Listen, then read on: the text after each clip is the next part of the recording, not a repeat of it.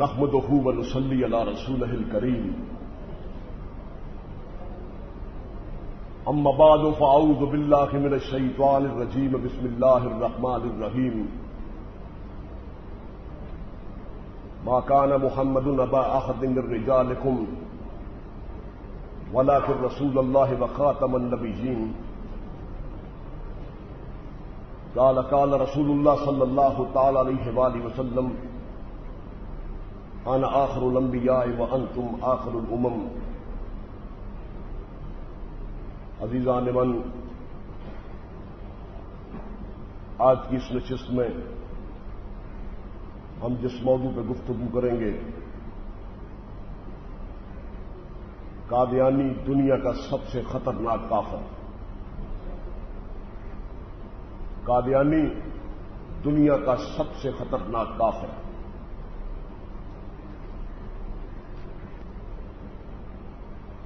حاضرین گرامی، کفر اسلام پر مختلف ادوار میں مختلف انداز سے حملہ آور ہوتا آیا ہے. کبھی وہ ابو جہل کی للکار کی صورت میں سامنے آیا ہے، کبھی وہ امیہ بن خلف کے ظلم و ستم کے روپ میں سامنے آیا ہے، کبھی وہ ولید بن مغیرہ کی گندی زبان کے روپ میں سامنے آیا ہے، کبھی اس نے عبداللہ ابن ابی کی منافقت کا روپ دھارا ہے، اور کہیں اس نے ابن سبا کی مکاری و عیاری کا روپ دھارا ہے. لیکن غلام ہندوستان میں جب مسلمان غلامی کی زنجیروں میں جکڑے ہوئے تھے، کفر اسلام پر ایک نئے نرالے اچھوتے اور عجیب انداز میں حملہ آور ہوا جس کی تمثیل پہلے نہیں ملتی. کفر نے پرانا لباس اتارا، پرانے ہتھیار توڑے، لباس اتار کے پھینک دیا، ہتھیار توڑ کے پھینک دیے. کفر نے نیا لباس پہنا، نئے ہتھیار سجائے اور اسلام کے اندر داخل ہونے لگا. کفر نے داڑھی رکھ لی، کفر نے اپنے سر پہ امامہ سجا لیا، کفر نے اسلامی لباس پہن لیا، کفر نے اپنے زبان پر قرآنی آیات سجا لی، کفر نے اپنے منہ پر احادیث رسول کو آراستہ کر لیا، کفر کلمہ طیبہ پڑھنے لگا، کفر نے درود پاک پڑھنا شروع کر دیا، کفر نے ایک ہاتھ میں قرآن اور دوسرے ہاتھ میں احادیث رسول کو پکڑ لیا، اور یوں کفر سج دھج کے نکلا اور اس نے مسلم معاشرے کے اندر چھلانگ لگا دی اور مسلمانوں کے معاشرے کے اندر اس طرح گھل مل گیا کہ کفر اور اسلام کی تمیز مشکل ہو گئی. کفر نے اپنے اس ایکشن کو قادیانی ایکشن کا نام دیا، پرانا انداز بدل دیا، توڑ دیا. اب کفر نے فیصلہ کیا کہ قرآن کو قرآن کے نام پہ ذبح کیا جائے، نبوت کو نبوت کے نام پر ختم کیا جائے، توحید کو توحید کے نام پہ ختم کیا جائے، صحابہ کو صحابہ کے نام پہ ختم کیا جائے، حدیث کو حدیث کے نام پہ ملیا میٹ کیا جائے، مکہ مکرمہ اور مدینہ منورہ کو مکہ مکرمہ اور مدینہ منورہ کے نام پر ہی برباد کیا جائے، نماز روزہ حج زکات دیگر تمام شعائر اللہ کو انہی کے انداز میں ختم کر دیا جائے.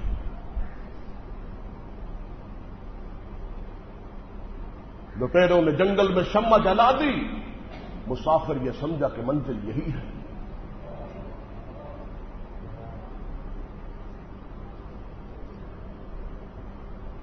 کفر اسلام میں داخل ہو گیا، اس کی پہچان مشکل ہو گئی، اور علماء حق نے اس فتنے کو کائنات کا سب سے خطرناک فتنہ قرار دیا. اس کی ایک مثال سے وضاحت کروں گا. آپ کے گھر کے دروازے پہ دستک ہوتی ہے. یار یہ بول رہا ہے، بند کر دو پلیز، ڈسٹربنس ہوتی ہے. آپ کے گھر کے دروازے میں دستک ہوتی ہے. آپ اپنے بیٹے سے کہتے ہیں بیٹا باہر جا کے دیکھو کون آیا ہے. بیٹا آ کے کہتا ابو جی بوٹا سنگھ آیا، مہندر سنگھ آیا ہے، مہندر سنگھ آیا ہے. آپ اندر بیٹھے سمجھ گئے کہ میرا ملاقاتی ایک سکھ ہے. کیوں بھائی، بات سمجھ آ رہی ہے؟ آپ اندر بیٹھے سمجھ گئے میرا ملاقاتی ایک سکھ ہے. بیٹا آ کے کہے ابو جی رام داس آیا ہے، رام داس آیا ہے، موہن داس آیا ہے. آپ اندر بیٹھے سمجھ گئے میرا ملاقاتی ایک ہندو ہے. بیٹا آ کے کہے ابو جی پیٹرک آیا ہے، سنسن آیا ہے، جانسن آیا ہے، مائیکل آیا ہے. آپ اندر بیٹھے سمجھ گئے میرا ملاقاتی ایک عیسائی ہے. بیٹا آ کے کہتا ہے ابو جی محمد حسین قریشی آیا ہے. آپ جذبہ اشتیاق کے ساتھ اٹھتے ہیں کہ میرا ایک مسلمان بھائی مجھے ملنے کے لیے آیا ہے. جب آپ باہر گئے تو آپ دیکھ کر حیران رہ گئے کہ باہر ایک قادیانی ملون کھڑا ہے. پہلے تینوں کافر آپ کو دھوکہ نہیں دے سکے. آپ نے ان کے ناموں سے اندازہ لگا لیا کہ میرا ملاقاتی ایک سکھ ہے، میرا ملاقاتی ایک ہندو ہے، میرا ملاقاتی ایک عیسائی ہے. لیکن جب قادیانی کافر آیا تو وہ آپ کو دھوکہ دے گیا.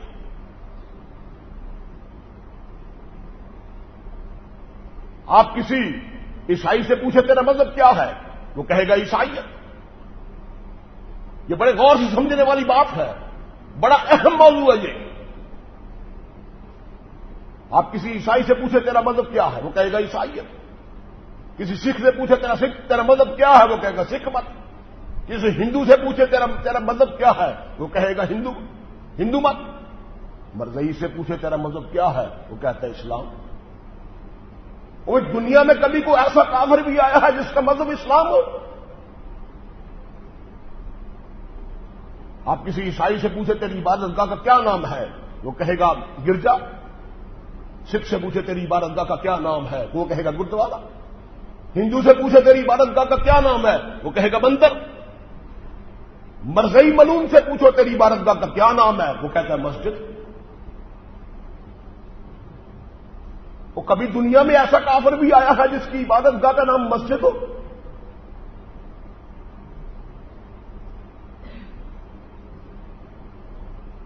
آپ کسی عیسائی سے پوچھے تیری کتاب کا کیا نام ہے، وہ کہے گا انجیل. کسی سکھ سے پوچھے تیری عبادت گاہ کا کیا نام ہے، کہ تیری کتاب کا کیا نام ہے، وہ کہے گا گرنتھ.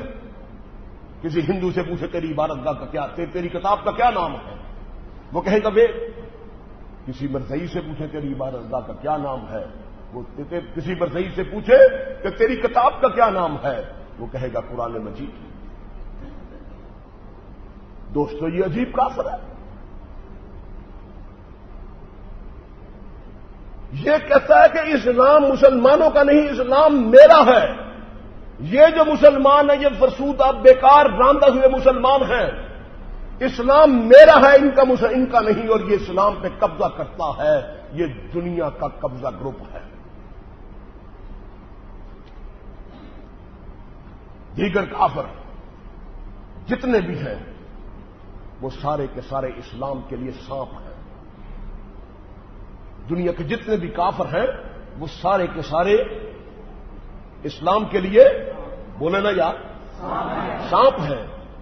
ان میں سے ہر سانپ کا ایک رنگ ہے، ہر سانپ کے چلنے کی ایک سرسراہٹ ہے، ہر سانپ کی اپنی ایک فنکار ہے جس سے پتہ چل جاتا ہے کہ یہ کون سا کافر ہے. لیکن قادیانی کافر ہم رنگ زمین سانپ ہے.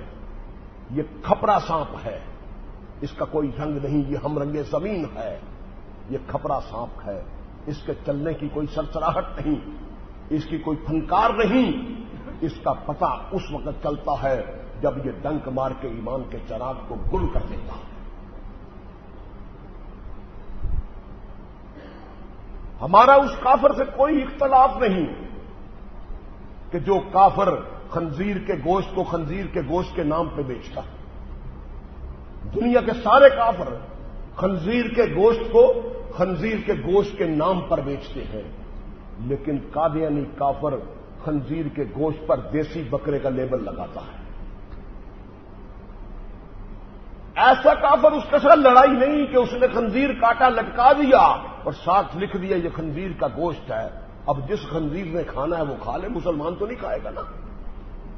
خطرناک تو وہ ہے جو خنزیر کو کاٹے لٹکا دے اور اوپر لکھ دے دیسی بکرے کا گوشت۔ باقی سارے کافر خنزیر کو خنزیر کے گوشت کے نام پہ بیچتے ہیں، لیکن قادیانی کافر خنزیر کے گوشت کو بکرے کے نام پہ بیچتا ہے۔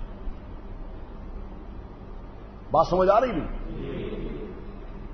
یہ بڑا اہم موضوع ہے۔ دنیا کے سارے کافر شراب کو شراب کے نام پہ بیچتے ہیں، لیکن قادیانی کافر شراب پہ آب زمزم کا لیبل لگاتا ہے۔ دنیا کے سارے کافر زہر کو زہر کے نام پہ بیچتے ہیں، لیکن قادیانی کافر زہر کو تریاق کے نام پہ بیچتا ہے۔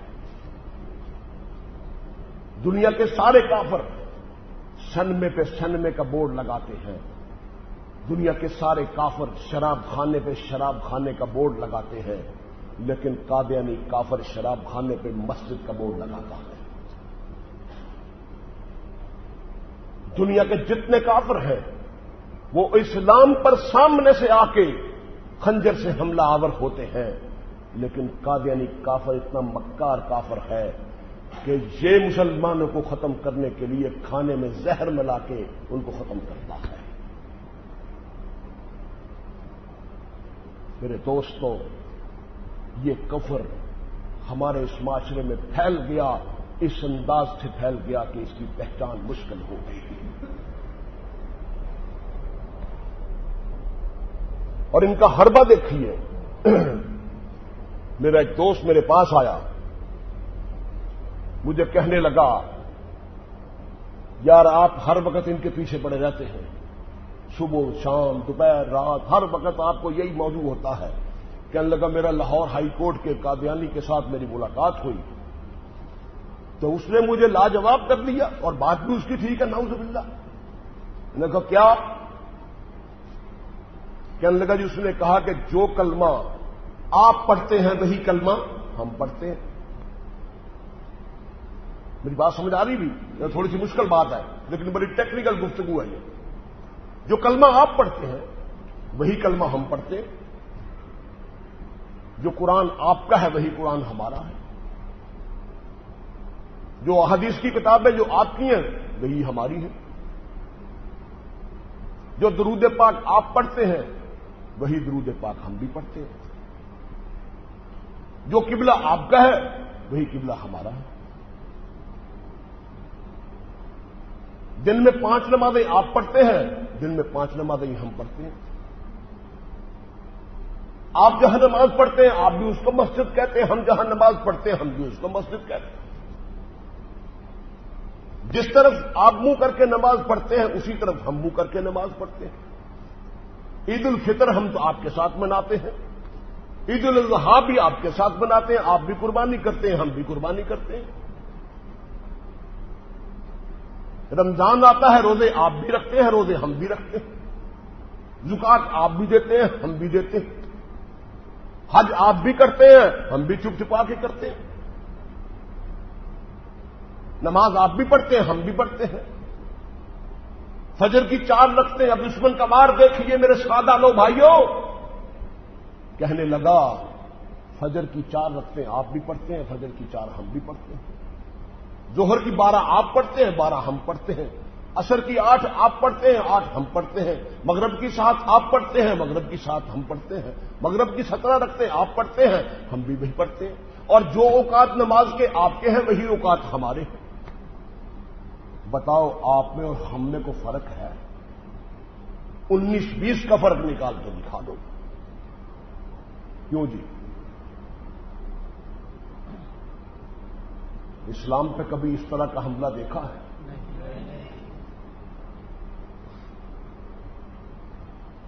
یہ ہم بدقسمتوں کے حصے میں اس خنزیر فتنے نے آنا تھا۔ اور وہ میرا دوست مجھے کہنے لگا جی طاہر صاحب میں تو قائل ہو گیا، اور میں اس کو کوئی جواب نہیں دے سکا، باتیں اس کی 100% ٹھیک تھی۔ کتنا خطرناک وار ہے، کتنا خطرناک وار ہے۔ اللہ رے اسیر یہ بلبل کا اہتمام، اللہ رے اسیر یہ بلبل کا اہتمام، سیاد نکلا ہے اتر گلاب کا مل کے۔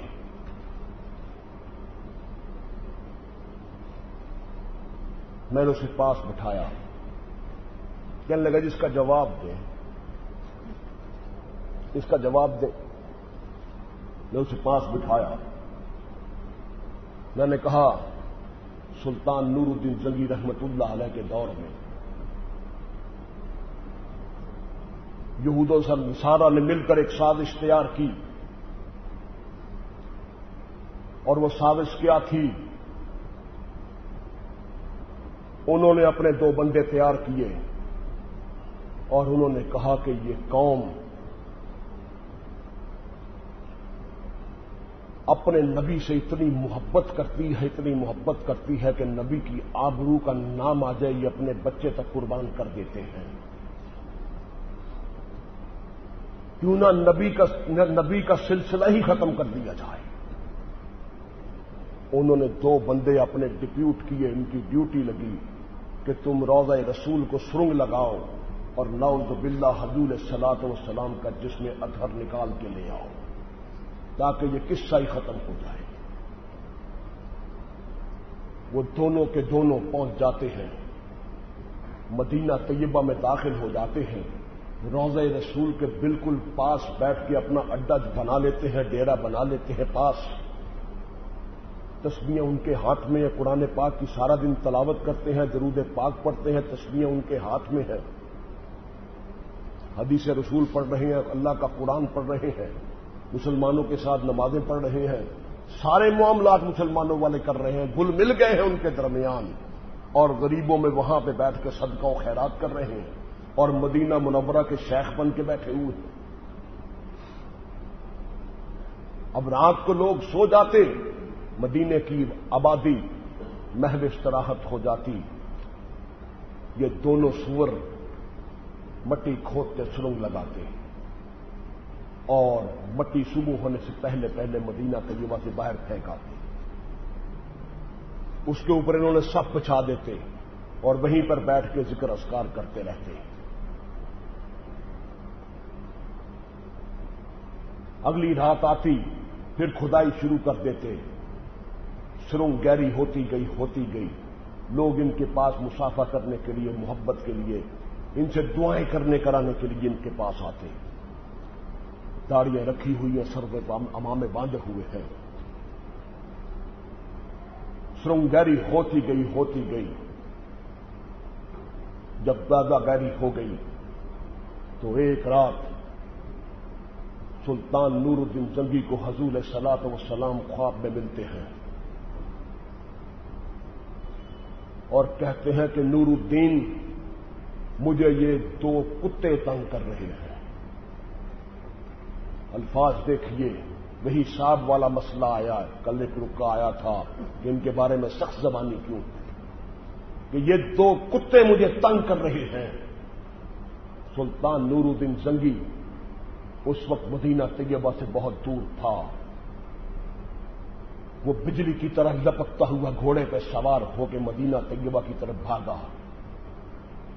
جب مدینہ طیبہ میں داخل ہوا تو گھوڑے سے اتر گیا، پاؤں سے جوتی اتار دی، ننگے پاؤں چلنے لگا، اور جب روضہ رسول کی حد میں آیا تو گھٹنوں کی طرح بچوں کی طرح چلنے لگا، گھٹنوں کے بل بچوں کی طرح چلنے لگا، اور آ کے رونے لگا کہ آقا، میرے ہوتے ہوئے آپ کو کوئی تکلیف پہنچا دے، یہ کیسے ہو سکتا ہے؟ لیکن اسے سمجھ نہیں آ رہی تھی کہ کون سے 2 کتے ہیں جو تنگ کر رہے ہیں۔ سلطان انہیں ڈھونڈتا رہا۔ اگلی رات پھر نبی علیہ الصلوۃ والسلام اسے خواب میں ملتے ہیں اور اسے کہتے ہیں کہ نور الدین یہ 2 کتے تنگ کر رہے ہیں۔ سلطان سارا دن روتا رہتا ہے، ڈھونڈتا رہتا ہے، لیکن وہ منزل مقصود تک نہیں پہنچتا کہ کتے کون ہیں۔ تیسری دفعہ سرور کونین صلی اللہ علیہ وسلم کی زیارت ہوتی ہے، اور حضور علیہ الصلوۃ والسلام نے ان دونوں کے سر اپنے ہاتھوں میں گردنوں سے پکڑا ہوا تھا، ان کی شکلیں دکھائیں کہ یہ دو کتے مجھے تنگ کر رہے ہیں۔ سلطان نے شکل دیکھ لی، آخر اس کے ذہن میں ایک ٹیکنیک آئی۔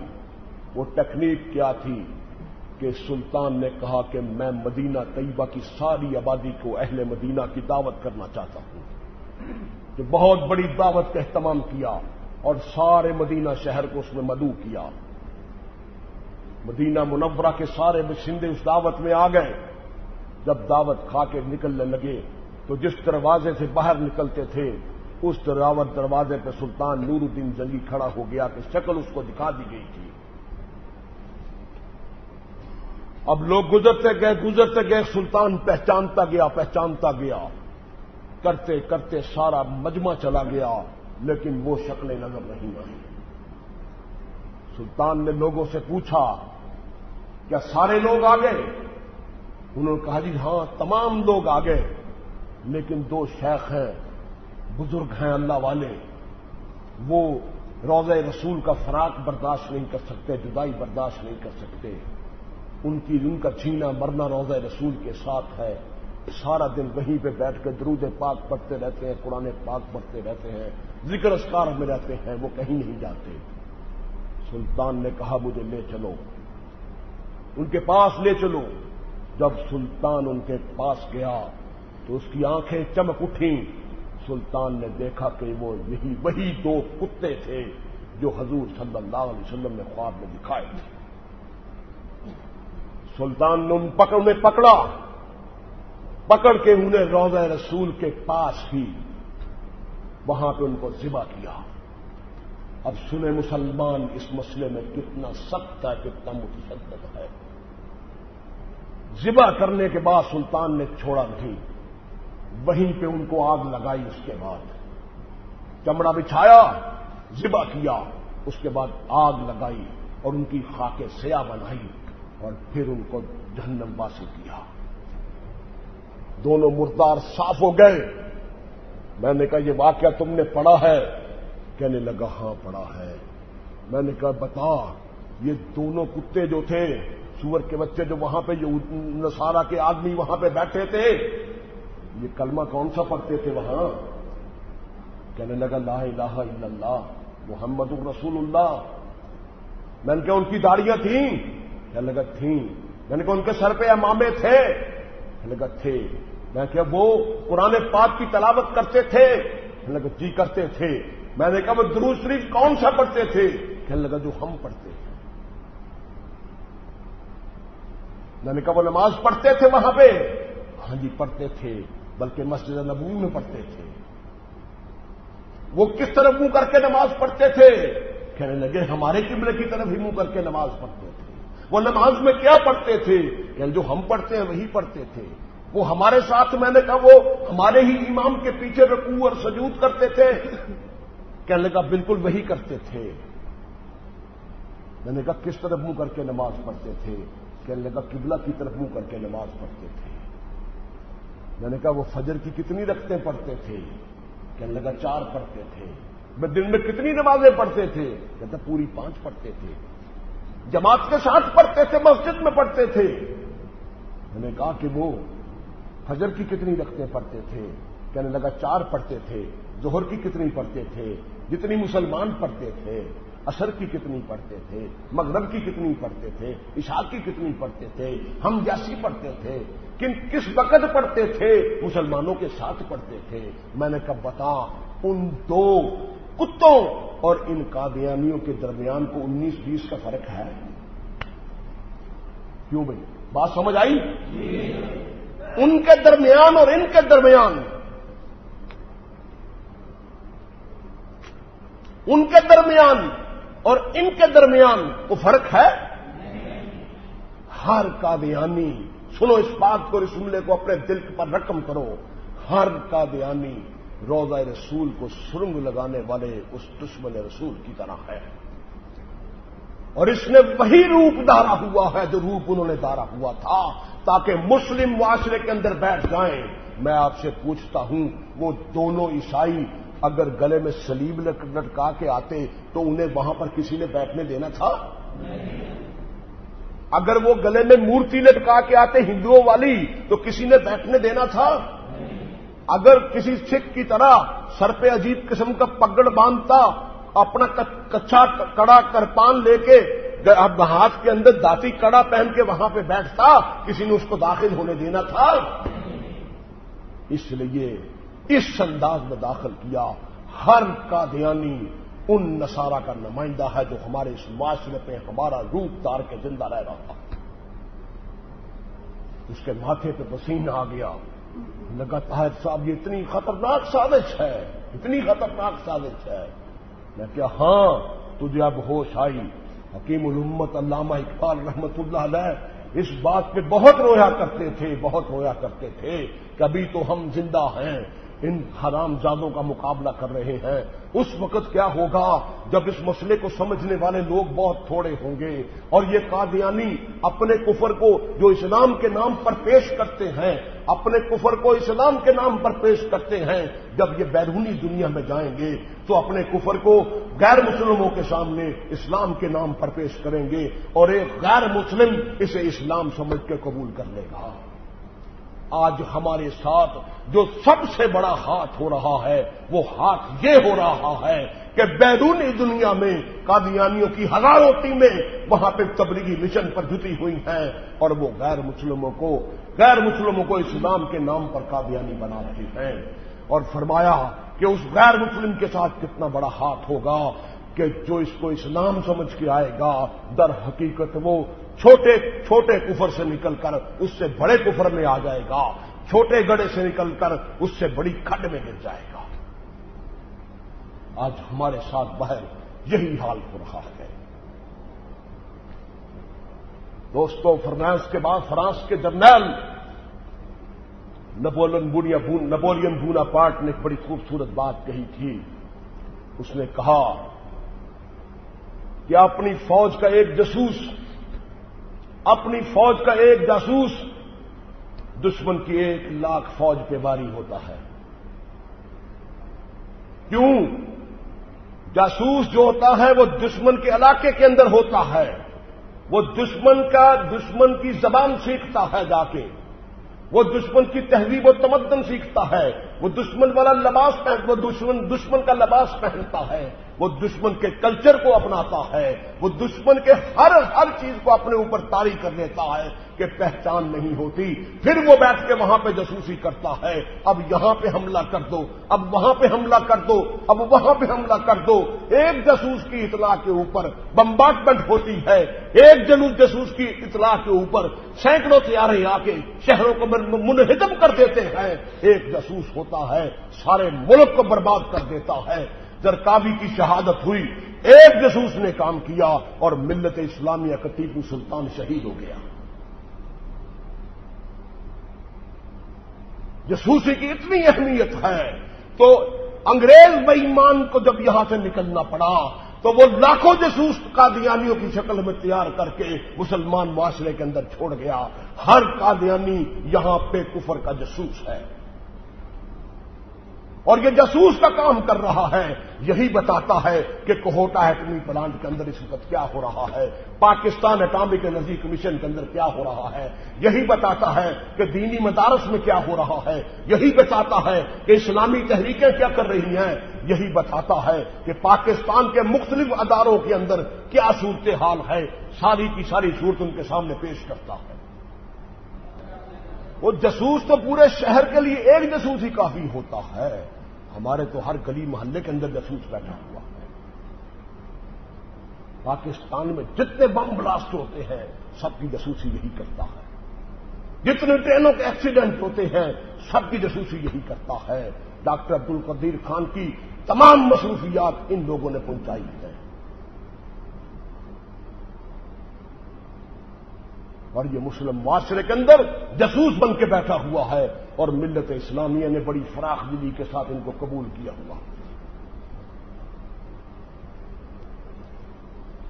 نعرہ تکبیر، مجاہدین حق میں نبوت، مجاہدین حق میں نبوت، تاج و تخت ختم نبوت ضیاء الحق کے دور میں کوہٹا ایٹمی پلانٹ پہ جب کام ہو رہا تھا، پاکستان ایٹم بم بنا رہا تھا، تو ایک سینئر افسر کہتے ہیں کہ میں امریکہ میں تھا، امریکن وزارت خارجہ کا ایک آدمی مجھے اپنی ایک خفیہ رصد گاہ میں لے گیا۔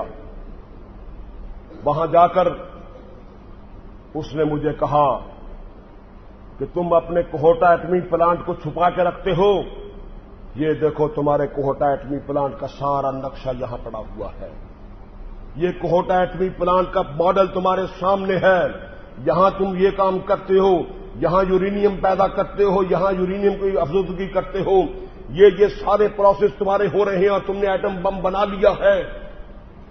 کہنے لگا میں بڑا حیران ہوا کہ کسی کو اس بات کا پتہ ہی نہیں کہ اتنا سخت قسم کا کنٹرول ہے۔ میں حیرت میں ڈوبا ہوا تھا، اس نے مجھے پریشان کر دیا، پھر اس نے مجھے رخصت کیا۔ کہنے لگا جب میں باہر نکلا اسی سوچ میں تھا کہ اچانک میں نے دیکھا کہ میرے سامنے ڈاکٹر عبدالسلام قادیانی آ رہا تھا۔ میں نے ماتھا پکڑ لیا، یہ سور یہاں رہتا ہے۔ اس نے ساری بات بتائی۔ کوہٹا ایٹمی پلانٹ کا ماڈل اسرائیل کے حوالے، امریکہ کے حوالے ان لوگوں نے کیا۔ مشرقی پاکستان جب علیحدہ ہوا تو اس کی منصوبہ سازی تل ابیب پہ کی گئی، اسرائیل میں، جہاں پہ قادیانی گماشتے اور اسرائیلی گماشتے یہود و نصارہ نے مل کر یہ پروجیکٹ تیار کیا کہ مشرقی پاکستان کو پاکستان سے علیحدہ کس طرح کرنا ہے۔ وقت کم ہے، لمبی بات ہے۔ یہ اتنا خطرناک فتنہ، اس کی وضاحت ایک اور مثال سے کرتا ہوں۔ حضرت سلیمان علیہ السلام کا عہد تھا، ایک ہدہد اور ایک مادہ ہدہد ایک درخت کی شاخ پہ بیٹھے ہوئے تھے۔ سہانا موسم تھا، ٹھنڈی ہوا چل رہی تھی، وہ دونوں اپنی خوشگپیوں میں مصروف تھے، باتوں میں مصروف تھے۔ اچانک مادہ ہدہد نے کہا، اپنے خامن سے کہا کہ سرتاج وہ سامنے دیکھیے شکاری آ رہا ہے، وہ سامنے دیکھیے شکاری آ رہا ہے۔ ہدہد نے اس کی طرف دیکھا، کہنے لگا پگلی، شکاری اس طرح کے ہوتے ہیں؟ اس نے تو گہرے رنگ کے کپڑے پہنے ہوئے ہیں، پاؤں سے ننگا ہے، سرٹ اس کا مٹی سے ہٹا پڑا ہے، 20 دن ہو گئے اس نے منہ تک نہیں دھویا، گہرے کپڑے ہیں، یہ کوئی جوگی ہے، جنگل کی سیاحت کر رہا، جنگلوں میں پھر رہا۔ وہ مطمئن ہو گئی، دونوں پھر خوشگپیوں میں باتوں میں مصروف ہو گئے۔ اس شکاری نے اب دیکھا یہ غافل ہو گئے، اس نے وار کیا، گلیل کا وار کیا، مادہ ہدہد پر نشانہ لگا، وہ پھڑپھڑاتا ہوا زمین پہ گرا۔ ظالم شکاری کے بھاری برکت قدم آگے بڑھے، اس نے ہدہد کو پکڑا، اس کا گلا کاٹا، گلا کاٹ کے اس کو ذبح کیا، ذبح کر کے اس کو اپنے تھیلے میں ڈال کے آگے ہو گیا۔ مادہ ہدہد اپنا مقدمہ لے کر حضرت سلیمان علیہ السلام کے پاس جاتی ہے اور کہتی ہے، حضور میرے ساتھ ظلم ہوا، میرا سہاگ لٹا، میرے خامد کو فلاں شکاری نے مار ڈالا ہے۔ حضرت سلیمان علیہ السلام نے کہا کہ شکار تو جائز ہے، اس میں تو کوئی ایسی بات نہیں ہے۔ اس نے کہا، حضرت میں یہ شکایت لے کے نہیں آئی، میں شکایت لے کے آئی ہوں کہ اگر یہ شکاری ہے تو اسے کہیں کہ شکاریوں والا لباس پہنے، یہ جوگیوں والا لباس پہن کے دھوکہ دے کے ہمیں مارتا ہے، اگر یہ شکاری ہے تو پھر اسے شکاریوں والا لباس پہنے۔ یہی مطالبہ ہم حکومت پاکستان سے کرتے ہیں کہ اگر یہ کافر ہیں، تم ان کو کافر تسلیم کرتے ہو تو پھر ان کے سروں سے ٹوپیاں اتارو، ان کے سروں سے عمامے اتارو، ان نائی کی دکانوں پر بٹھا کے ان کی داڑیاں موڑو، ان کے گھروں سے قرآن محفوظ کرو، ان کے گھروں سے حدیث رسول کو محفوظ کرو، اسلامی لٹریچر کو ان کے گھروں سے ضبط کرو، مسجد زرار کی طرح ان کی تمام مساجد کو گرا کر آگ لگا کر سنت رسول پر عمل کرو، ان کے نام مسلمانوں جیسے نہیں ہو سکتے، ان کے نام بدلو، اور جو پاکستان کے آئین کو نہیں مانتے ان کو جوتے مار کے پاکستان سے باہر نکالو۔ کہ جب یہ کام انہوں نے جاسوسوں والا کرنا ہے تو حلیے انہوں نے مومنہ والے بنائے ہوئے،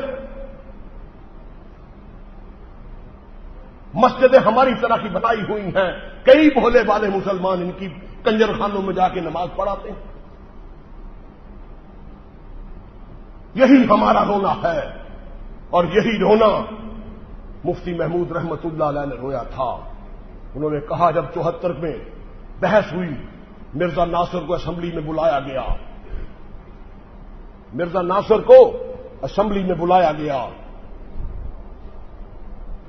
تو جب وہ اسمبلی میں آیا تو سفید اس کی داڑھی تھی، سفید عمامہ تھا، سفید لباس اس نے پہنا ہوا تھا، ہاتھ میں اس کے سنت کے مطابق آسا تھا، بغل میں قرآن تھا، ایک ہاتھ میں تسبیح تھی، اور وہ منہ کے اندر کو ورد کرتا ہوا اسمبلی میں داخل ہوا۔ بہت سے ارکان اسمبلی اس کے احترام میں اٹھ کر کھڑے ہو گئے۔ انہوں نے کہا یہ کافر ہے؟ وہ کافر اس طرح کے ہوتے ہیں؟ یہ کافروں کی شکل ہے؟ یہ تو بزرگ آ رہا ہے، ان کا قصور نہیں۔ ہر بھائی نے ایسا استعمال کیا کہ احترام میں کھڑے ہو گئے۔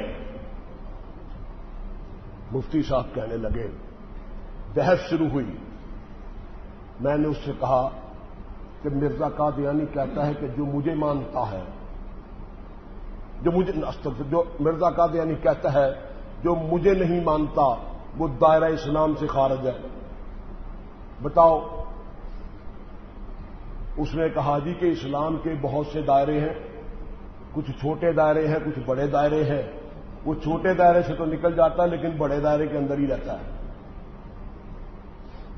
لاجک دیکھیں، وقت کم ہے، میں نے اس کو بات کو سمیٹنا ہے۔ بحث ہوتی رہی، مفتی صاحب کہنے لگے جب میں قرآن و حدیث کی کسی آیت میں بات ہوتی، حدیث پہ گفتگو ہوتی، وہ طویل بازی سے کام لیتا، چکر بازی کرتا، الٹ بازیاں لگاتا۔ آخر میں نے کہا یہ جو اسمبلی کے ممبر ہیں ان کے علم کے مطابق، ان کی وسعت علم کے مطابق بات کی جائے، اور جب تک بات ان کی ذات پہ نہیں آئے گی یہ ہمیں ووٹ نہیں دیں گے۔ کہتے میں نے کتاب نکالی، میں نے کہا کہ دیکھو مرزا قادیانی کہتا ہے جو مجھے نہیں مانتا وہ حرام الولد اور کنجری کی اولاد ہے۔ یہ کتاب میں نے دکھائی، یہ مرزا قادیانی کی کتاب ہے، اور تمام ممبران اسلامیہ کو، ممبران پارلیمنٹ کو میں نے مخاطب ہو کے کہا کہ قادیانیوں کے نبی کے مطابق تم سارے کے سارے حرام الولد ہو، تم زنا کی پیداوار ہو، اور تمہاری مائیں کنجریاں ہیں، کنجریاں ہیں، کنجریاں ہیں۔ کہتے ہیں میری یہ منطق کام کر گئی، وہ سارے اٹھ کے کھڑے ہو گئے۔ اس نے کہا کہ یہ مرزا ناصر کنجر ہے، ہم کنجر نہیں ہیں، یہ کٹی کا بچہ ہے، یہ کنجری کا بچہ ہے۔ میں نے کہا سنو، مرزا قادیانی کہتا ہے تمہاری ماں کنجری ہے، تمہاری ماں کنجری ہے، تمہاری ماں حیا باختہ آبرو فروش عورت ہے، دیکھو ان کا مذہبی عقیدہ ہے۔ وہ اٹھ کھڑے ہوئے اس کو مارنے کے لیے۔ مفتی صاحب نے کہا رک جاؤ، مرزا قادیانی کہتا ہے جو مرد مجھے نہیں مانتے وہ جنگل کے سور ہیں، اور جو عورتیں مجھے نہیں مانتی وہ کتیاں ہیں۔ کہنے لگے دیکھو ان کے عقیدے کے مطابق تم سارے کے سارے جنگلوں کے سور ہو، تم جنگل کے سور ہو، تمہارا دادا سور ہے، تمہارا پردادا سور ہے، تمہارا بھائی سارے سور ہیں، تمہارا تایا سور ہے، تمہارے ماموں سور ہیں، تمہارے پھپھے سور ہیں، تمہارے بیٹے سور ہیں، تمہارا سارا خاندان سوروں کا ہے۔ وہ کہنے لگے نہیں، یہ سور ہے، ان کا خاندان سارے کا سارا سوروں کا۔ ایک مجاہد اسلام کی منطق دیکھیں۔ میں کہا حوصلہ رکھو ابھی ذرا، یہ کہتے ہیں جو عورتیں مجھے نہیں مانتی وہ کتیاں ہیں۔ کہنے لگے ان کے عقیدے کے مطابق تم سارے کے سارے کتی کے بچے ہو۔ تمہاری مائیں کتیاں، تمہاری بیٹی کتیاں، تمہاری دادیاں کتی، تمہاری نانیاں کتیاں، تمہاری پھوپھیاں کتیاں، تمہاری خالہ، تمہارے تمام عزیزوں کا رشتے دار جتنے رشتے میں عورتیں آتی ہیں، ان کے مذہبی عقیدے کے مطابق وہ کتیاں ہیں، وہ سارے اٹھ کے کھڑے ہو گئے. انہوں نے کہا جن کا خاندان کتیوں کا ہے وہ بڑھ گئے سارے کے سارے، اور متفقہ طور پر ان کو کافر قرار دے دیا گیا. ورنہ جس روپ میں یہ سامنے آیا تھا وہی ممبران پارلیمنٹ اس کے سامنے احترام کے ساتھ کھڑے ہو گئے تھے. یہ ایک مومن آیا ہے پارلیمنٹ کے اندر. نعرہ تکبیر، مرزے پہ لعنت، مرزے پہ لعنت.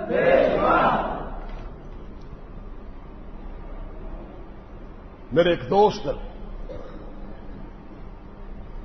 اسکواڈرن لیڈر فضائیہ سے تعلق ان کا، وہ کہنے لگے کہ ہم تبلیغی جماعت کے ساتھ باہر گئے. افریقی ملک تھا، وہاں پر ہم ایک جگہ پہنچے تو نماز کا وقت ہو رہا تھا. ہم نے ایک دکاندار سے پوچھا کہ مسجد تو قریب ہے. وہ کہنے لگا کہ آپ سیدھا جائیں، آگے دائیں طرف مڑ کے سامنے دیکھیں کہ سامنے مارکیٹ آئے گی، نیچے مارکیٹ ہے، اوپر مسجد ہے. کہتے ہم اس کے بتائے ہوئے راستے کے مطابق پہنچ گئے. دیکھا واقعتاً مارکیٹ آ گئی. یار جاگ رہے ہو نا؟ آگے مارکیٹ آ گئی اور مارکیٹ کے اوپر مسجد تھی. ہم سیڑھیاں چڑھ کے مسجد میں داخل ہو گئے. امام صاحب ہمیں بڑی محبت، بڑے اتفاق اور بڑے چاہت سے ملے.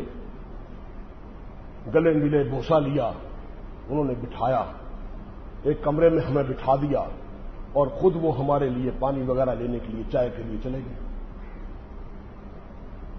کہتے ہیں اچانک میری نظر پڑی کمرے میں تو مرزا قادیانی کی اتنی بڑی تصویر لگی ہوئی تھی. لیکن میں حیران ہوا، وہ یہ گاما یہاں پہنچا ہوا ہے. بڑے متعجب ہوئے. ابھی سوچ رہے تھے کہ وہ آ گیا. ہم نے پانی نہیں پیا. ہم نے اس سے پوچھا ذرا سنیے اور اس کو دل میں اتاریے، ہمارے ساتھ کیا کیا ہاتھ ہو رہے ہیں.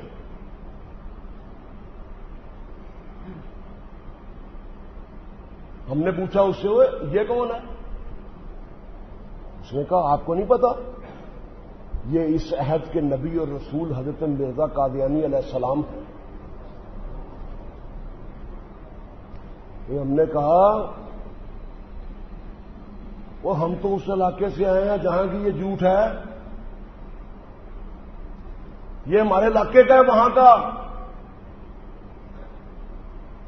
انہوں نے کہا تو پھر آپ اس کو نبی نہیں مانتے؟ میں نے کہا تم نبی کی بات کرتے ہو، ہم تو اس کو مسلمان نہیں مانتے، اس کو کافر مانتے ہیں. وہ کہنے لگا کیا وقت ہے آپ کا؟ کہنے لگے ہم نے، وہ کہتا تھا کہ اتفاق کی بات کہ میں نے 2-4 کتابیں پڑھی تھی اس مسئلے پہ. نے اسے بتایا یہ جھوٹا نبی حضور صلی اللہ علیہ وسلم اس کائنات میں اللہ کے آخری نبی اور رسول ہیں، ان کے بعد کوئی نبی اور رسول نہیں ہے. یہ جھوٹا نبی ہے جس کو انگریز نے پیدا کیا اپنے مفادات کے لیے. کہتے میں نے اس کو بتایا کہ اس کو کیوں پیدا کیا گیا، اس کے اسباب کیا تھے، اس کے محرکات کیا تھے، اس پر روشنی ڈالی.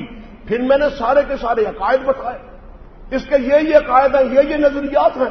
اور اس نے بتایا کہ پاکستان کی پارلیمنٹ نے ان کو کافر قرار دیا ہے، سعودی عرب نے ان کو کافر قرار دیا ہے، دیگر بہت سے ممالک کے اندر ان کو کافر قرار دیا ہے، اور یہ سعودی عرب کے اندر داخل نہیں ہو سکتے. ان پر حج وغیرہ کی پابندی ہے سارا کچھ، اور کئی ممالک نے ان پر پابندی لگا رکھی ہے اور ان کو کافر ڈکلیئر کیا. لگے ہم تو اس کو نبی اور رسول مانتے ہیں. کہنے لگا میں نے جب اس کو فکر آخرت کے حوالے سے اور اس کی تاریخی حیثیت بتائی، اس کے عقائد بتائے، تو اس نے زاروں قطار رونا شروع کر دیا. ذرا غور کرنا میرے بھائیوں، ہمارے ساتھ کیا کچھ ہو رہا ہے. اس نے زاروں قطار رونا شروع کر دیا. اور ایسا بے باکانہ رو رہا تھا کہ اس کی چیخیں بلند ہو رہی تھیں. ہم نے اس کو دلاسا دیا, چپ کرایا, کہ پوچھا کیوں رو رہے ہو؟ اس نے کہا میں تم مسلمانوں کی جان کو رو رہا ہوں, تم مسلمانوں کی جان کو رو رہا ہوں. کہا کیا ہوا؟ کہنے لگا میں مسلمان ہونے, نعوذ باللہ یعنی قادیانی ہونے سے پہلے ایک مشنری قسم کا عیسائی تھا, ایک مشنری قسم کا عیسائی تھا, بڑی تبلیغ کرتا تھا یہاں پر. تو ایک رات کی بات ہے کہ میں گرجے کے اندر سویا ہوا تھا, تو کہتا یہاں افریقہ میں لکڑی بڑی سستی ہے, تو یہاں ہمارے اکثر گرجے جو ہیں وہ لکڑی کے بنے ہوتے ہیں. تو مجھے لکڑی کی سیڑھیاں ہونے کی وجہ سے سیڑھیاں چڑھنے کی تھپ تھپ تھپ کی آواز آئی زور سے. میں نے کہا آدھی رات کا وقت ہے, اس وقت کون سیڑھیاں چڑھ رہا ہے؟ تو کہتا میں نے تعقب کیا تو میں نے دیکھا کہ ہمارا لاٹ پادری جو بہت بڑا پادری ہے وہ آدھی رات کو سیڑھیاں چڑھ کے اوپر جا رہا تھا. کہنے لگا میں دبے پاؤں اس کے پیچھے پیچھے ہو گیا, میں دبے پاؤں اس کے پیچھے پیچھے ہو گیا. میں نے دیکھا کہ وہ ایک کمرے میں گھس گیا بڑا پادری, اور جا کے اس نے اندر نلکا کھولا, ہینڈ بیسن, اور اس نے وضو کرنا شروع کر دیا. وضو کیا اس نے, پھر اس نے ایک صندوق سے جائے نماز نکالی اور اس نے قبلہ رخ ہو کے نماز پڑھنی شروع کر دی. نماز اس نے پڑھنی شروع کی. جو ہی اس نے سلام پھیرا, میں دیکھتا رہا سارا منظر, جو ہی اس نے سلام پھیرا میں اندر داخل ہوا اور میں نے اس کی کوف کو کلائی سے پکڑ لیا. وہ ہمیں کس کام پہ لگایا ہوا ہے اور خود تو مسلمانوں والے کام کر رہا ہے, یہ کیا چکر ہے؟ اس نے مجھے کہا کہ خاموش رہو. جو مجھے پاس بٹھایا, کہا بیٹا میری بات سن, دنیا میں ایک ہی دین سچا ہے, ایک ہی مذہب سچا ہے اور وہ اسلام ہے, اور میں نے اسلام قبول کر لیا ہے. لیکن میں یہاں کا اتنا بڑا پادری ہوں کہ اگر میں اپنے ایمان کا اظہار کروں تو یہاں کی صلیبی قوتیں مجھے قتل کرا دیں گی, عیسائی قوتیں مجھے قتل کرا دیں گی. میں نے اپنا ایمان چھپایا ہوا ہے. میں تجھے بھی درخواست کرتا ہوں کہ تو کسی مسلمان عالم کے پاس جا کر اس کے ہاتھ پہ اسلام قبول کر لے. کہنے لگا میں نے اس کے راز کو راز رکھا, اور میں اس شہر کی جو بہت بڑی مسجد ہے میں اس کے امام صاحب کے پاس گیا اور ان کے ہاتھ پہ اسلام قبول کر لیا. در حقیقت وہ امام مردود جو تھا وہ قادیانی تھا, وہ مسجد نعوذ باللہ قادیانیوں کی تھی, اور اس نے اسلام کے نام پر اس کو قادیانیت قبول کرا دی. اب کہتا ہے میں جب اس کے تئیں میں مسلمان ہو گیا, کیونکہ میں مشنری تھا, میں نے بڑی تیزی کے ساتھ تبلیغ شروع کر دی. اور پھر اس نے چیخ ماری اور پھر رونے لگا. ہم اس کو دلاسا دیا, اس نے پانی پلایا. پوچھا اب کیوں رو رہے ہو؟ کہنے لگا رو اس بات پہ رہا ہوں کہ قادیانی ہونے کے بعد میں نے 600 مسلمانوں کو قادیانی کیا ہے. قادیانی ہونے کے بعد میں نے 600 مسلمانوں کو قادیانی کیا ہے. ہم نے اس کو چپ کرایا اور اسے کہا کہ تو کلمہ پڑھ اور مسلمان ہو جا. اس نے کہا یہ کہاں کی وفا ہے کہ دوسروں کو جہنم میں بیچ دوں اور خود کلمہ پڑھ لوں. وہ کہنے لگا نہیں, میں ان کے ساتھ اسلام قبول کروں گا. بندہ تیز تھا, مشنری آدمی تھا. اس نے ٹیلی فون کیے, ٹیلی گرام تھی, لوگوں کو بھگایا. اس نے ان 600 خاندانوں کو اکٹھا کر لیا. ایک دن کے مارجن پہ 24 گھنٹے میں اس نے اکٹھا کر لیا, اور میرا کہتے اس نے بیان رکھا دیا. میں نے عقیدہ ختم نبوت بیان کیا, مرزا قادیانی کی شخصیت بیان کی, اس کے عقائد بیان کیے, اور ساتھ یہ بھی بتایا کہ میں اسی وطن سے آیا ہوں جس کا وہ چول آدمی جس کا کا رہنے والا تھا. الحمدللہ کہتے 2 گھنٹے تک میں نے ساری باتیں بتائیں. تو پھر 600 آدمیوں نے اجتماعی طور پر قادیانیت پہ لعنت بیچ کے اسلام کو قبول کیا.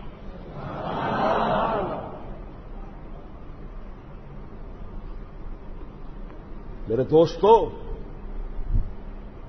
یہ ہماری غفلت کی وجہ سے ہوا.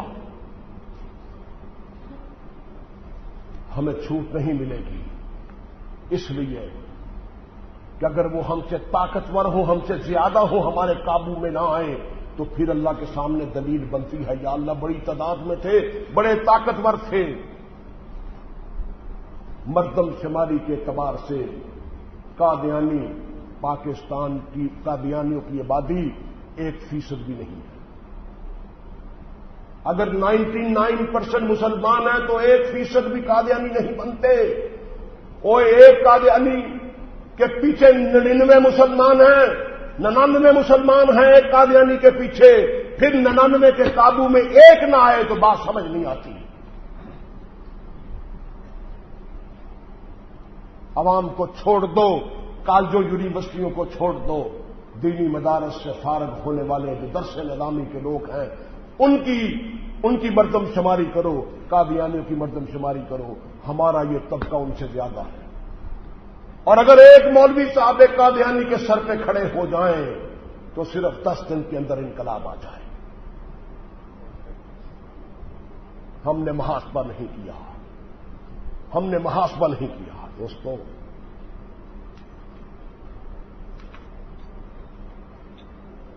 لاہور میں ایک بہت بڑے وکیل صاحب اور فوجداری مقدمے کے وکیل، کرمنل کی پریکٹس ان کے گھر ڈکیتی ہو گئی، چور زیورات، پیسہ، قیمتی اشیاء سب کچھ لے گئے۔ صبح ایس پی ان کے گھر پہنچا اور پوچھا، وکیل صاحب آپ جہاں دیدہ وکیل، ساری عمر آپ کی انہی کرمنل باتوں میں گزری، آپ کے ہاں بھی ڈکیتی ہو گئی؟ آپ نے آرام کے ساتھ گیٹ کھول دیا ڈاکوؤں کے لیے، ڈکیتوں کے لیے آرام کے ساتھ گھر کا دروازہ کھول دیا؟ وکیل صاحب نے گردن نیچے کی اور کہا، ایس پی صاحب وجہ یہ بنی کہ ڈاکو پولیس کی وردی میں آئے تھے۔ ڈاکو پولیس کی وردی میں آئے تھے۔ ہر قادیانی ڈاکو میں بھی پولیس کی وردی پہنی ہوئی ہے۔ مسلمان اس لیے لٹ رہا ہے کہ اس نے داڑھی، ٹوپی، قرآن، حدیث، اذان سب کچھ یہی اپنا رکھا ہے۔ اس نے محافظ کی وردی پہن کے یہ رہزن کا کام کرتا ہے، پولیس کی وردی پہن کے ڈکیتی کرتا ہے۔ وہ وکیل کہنے لگا، اگر وہ پولیس کی وردی میں نہ آتے تو میں پاگل تھا جن کے لیے دروازہ کھول دیتا۔ ہر قادیانی نے پولیس کی وردی پہنی ہوئی ہے اور یہ وردی پہن کے ڈکیتی کر رہا۔ میرے دوستو، میرے چھوٹے بھائیوں، میں اس خانہ خدا میں بیٹھ کر، اس منصب پہ بیٹھ کے جس کا میں اہل نہیں ہوں، میں آپ کے سامنے اپنے دونوں ہاتھ جوڑتا ہوں اور ہاتھ جوڑ کے آپ کے پاؤں پڑ کے آپ سے درخواست کرتا ہوں، حضور کی عزت کے کام کو سنبھالو۔ اگر نہیں سنبھالو گے ہم ختم ہو جائیں گے۔ ہماری بقا حضور صلی اللہ علیہ وسلم کی وجہ سے ہے۔ اگر ہم نے ان کے تاج و تخت ختم نبوت کی حفاظت نہ کی تو ہمیں جانوروں کی طرح کاٹ کاٹ کے پھینک دیا جائے گا، برباد کر دیا جائے گا، عبرت قدب ہمارا بنا دیا جائے گا۔ ہم نے بہت بڑا جرم کیا ہے، ہم نے اس با وفا نبی کے ساتھ بے وفائی کی ہے کہ جس نبی نے اپنی آنکھوں کے سارے آنسو ہمارے لیے بہا دیے، جس کی راتیں سجدوں میں روتے روتے گزر گئی، جس نے ہمیں زمین پہ بنا بلایا، جس نے ہمیں عرش پہ جا کے بنا بلایا، جس کی کسی دعا میں ہم اس کی نظروں سے اوجھل نہ ہوئے، ہم نے اس با وفا نبی کے ساتھ بے وفائی کی ہے۔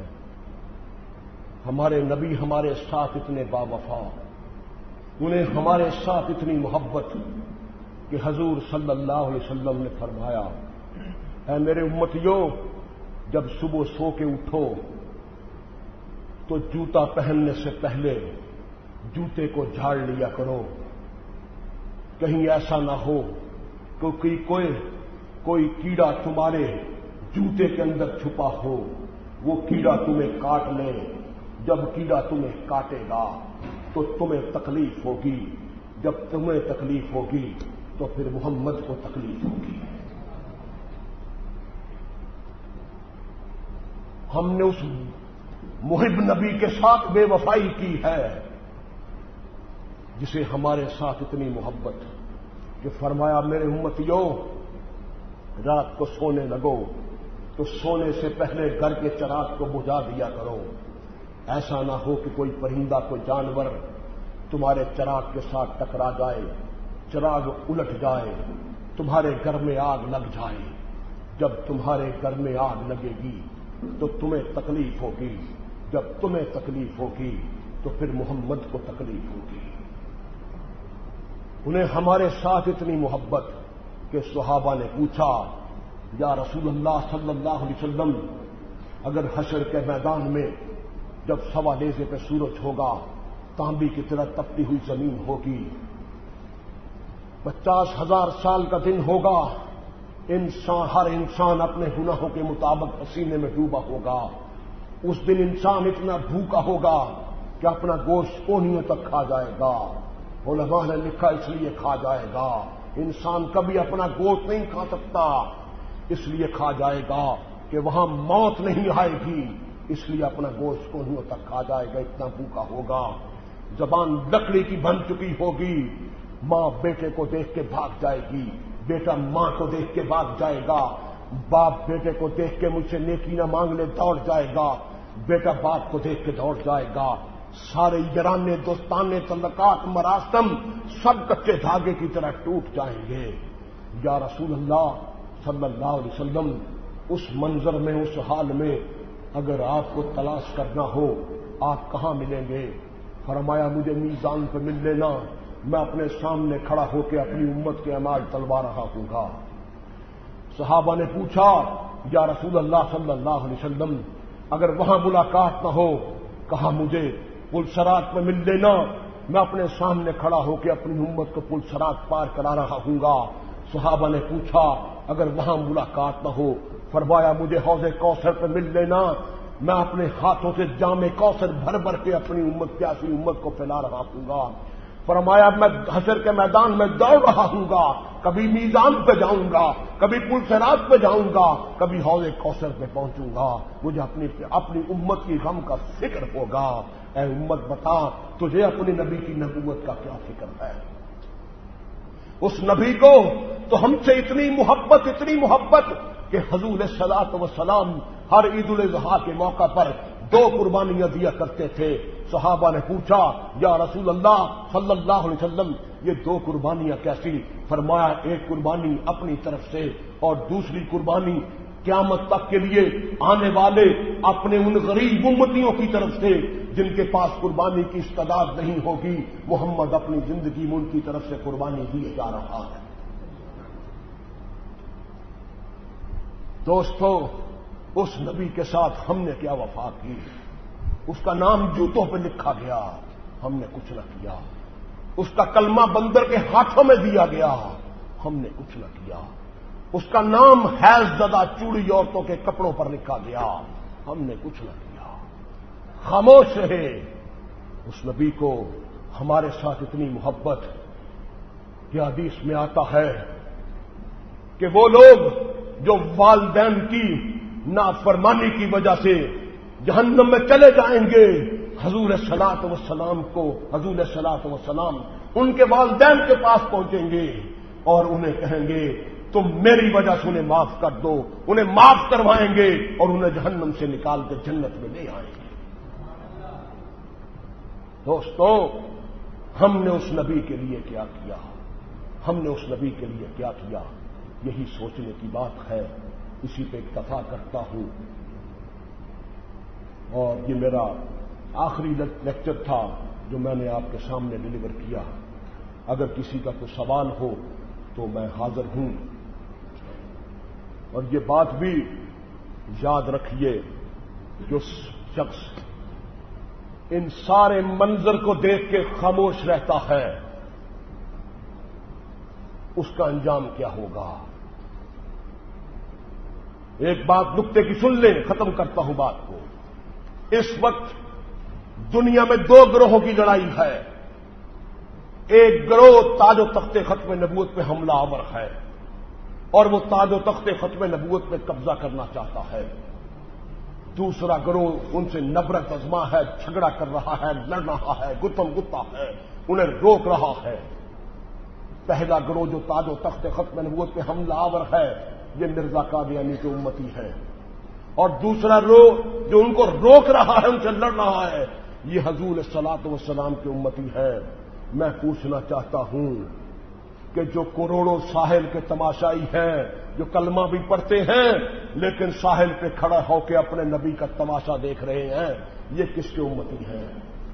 جو مرزے کے امتی تھے وہ مرزے کی طرف سے آ گئے، جو محمد کریم صلی اللہ علیہ وسلم کی امتی تھے وہ محمد کریم کی طرف سے آ گئے۔ جو لوگ اس جنگ کے اندر شامل نہیں ہیں اور وہ ساحل پہ کھڑے ہو کے اپنے نبی کی عزت کا تماشا دیکھ رہے ہیں، وہ کس کے امتی ہیں؟ اور قیامت والے دن ان کا انجام کیا ہوگا؟ ان کا حشر کس کے ساتھ ہوگا؟ یہ میں نے بھی سوچنا ہے، آپ نے بھی سوچنا ہے کہ ہمارا وزن کس پلڑے کے